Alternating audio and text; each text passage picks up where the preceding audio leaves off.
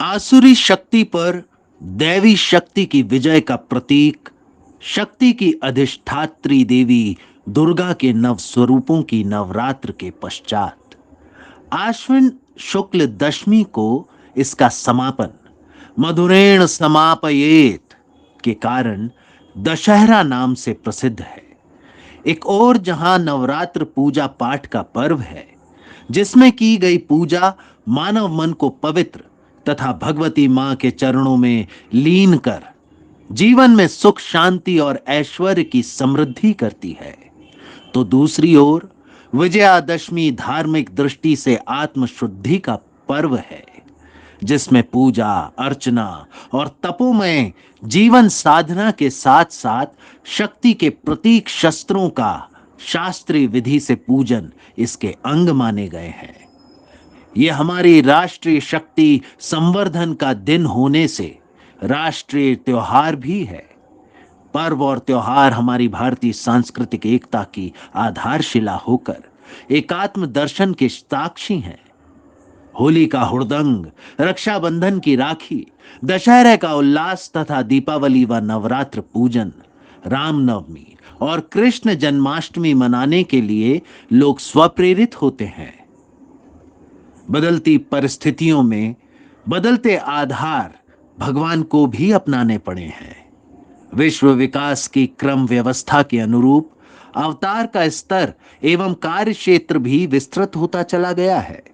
भगवान श्री राम भी 10 दिशाओं में फैले रावण के अविवेक व अनाचार रूपी आतंक को मिटाने हेतु उस समय अवतरित हुए जब कोई सोच भी नहीं सकता था कि अहंकार, प्रपंच और स्वार्थ के प्रतिनिधि रावण का विरोध प्रतिरोध किया जा सकता है। अनीति जब चरम सीमा पर पहुंची तो भगवान राम ने मनुष्य रूप में जन्म लिया। राम सीता का विवाह गृहस्थ उपभोग के लिए नहीं, किसी प्रयोजन के लिए एक अपूर्णता को पूर्णता में परिवर्तित कर समय की महती आवश्यकता को पूर्ण करने के लिए हुआ। राम वनवास हुआ, सीता हरण हुआ और मां सीता असुर रावण की लंका पहुंच गई। सीता हरण ना होता तो अनाचार रूपी रावण का अंत ना हो पाता। प्रजापति ब्रह्मा ने देवताओं को एकत्र कर भिन्न भिन्न रूपों में धरती पर जागृत आत्माओं के रूप में अवतार प्रयोजन की पूर्ति हेतु रीछ, वानर, गिद्ध आदि रूपों में भगवान राम की सहायता के लिए भेजा, जिन्होंने अपने अदम्य शौर्य साहस का परिचय देते हुए धर्म युद्ध लड़ा और मायावी रावण के आतंकवाद को समाप्त कर ही दम लिया, जिसकी प्रभु ने बुरी बुरी प्रशंसा भी की। जब भी आतंक को चीरते हुए अप्रत्याशित रूप से सत्साहस उभरे, समझना चाहिए कि दैवी चेतना काम कर रही है। चेतना प्रवाह का प्रत्यक्ष प्रमाण है। आदर्शवाद और दुस्साहस का परिचय देते हुए घाटे का सौदा स्वीकार करना। आदर्शवादी दुस्साहस की हमेशा प्रशंसा होती है। वो सत्साहस के रूप में उत्पन्न होकर असंख्य को अनुप्रमाणित करता है।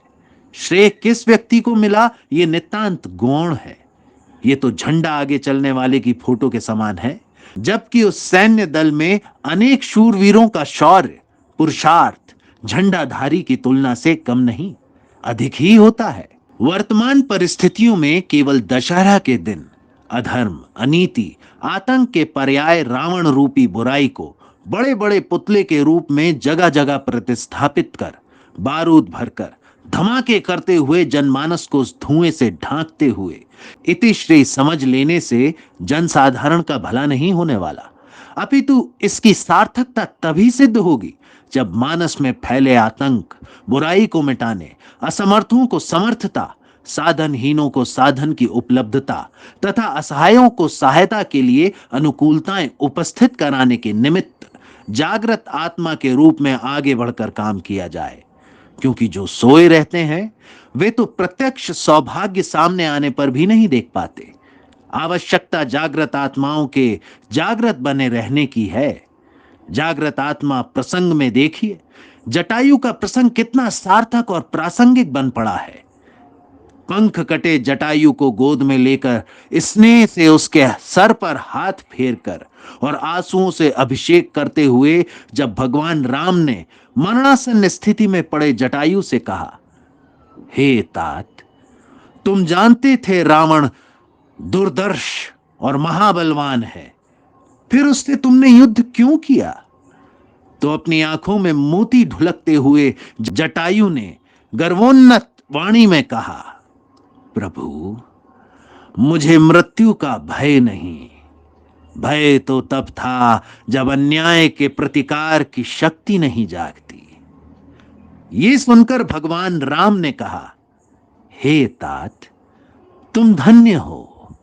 तुम्हारी जैसे संस्कारवान आत्माओं से संसार को कल्याण का मार्गदर्शन मिलेगा।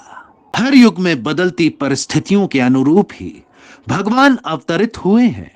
जहां एक ओर भगवान राम ने अपने अवतार में प्राण जाए पर वचन ना जाए और मर्यादाओं का पालन कर बुराई के प्रतीक रावण का धीर गंभीर समुद्र की भांति अविचल होकर दृढ़ता पूर्वक नाश कर अच्छाई की धर्म पताका फहराते हुए राम राज्य की स्थापना की, वहीं दूसरी ओर कृष्ण अवतार में भगवान ने अपने समय की धूर्तता और छल छद्म से घिरी हुई परिस्थितियों का दमन कर विशस्य विषमोषधम की नीति अपनाकर किया।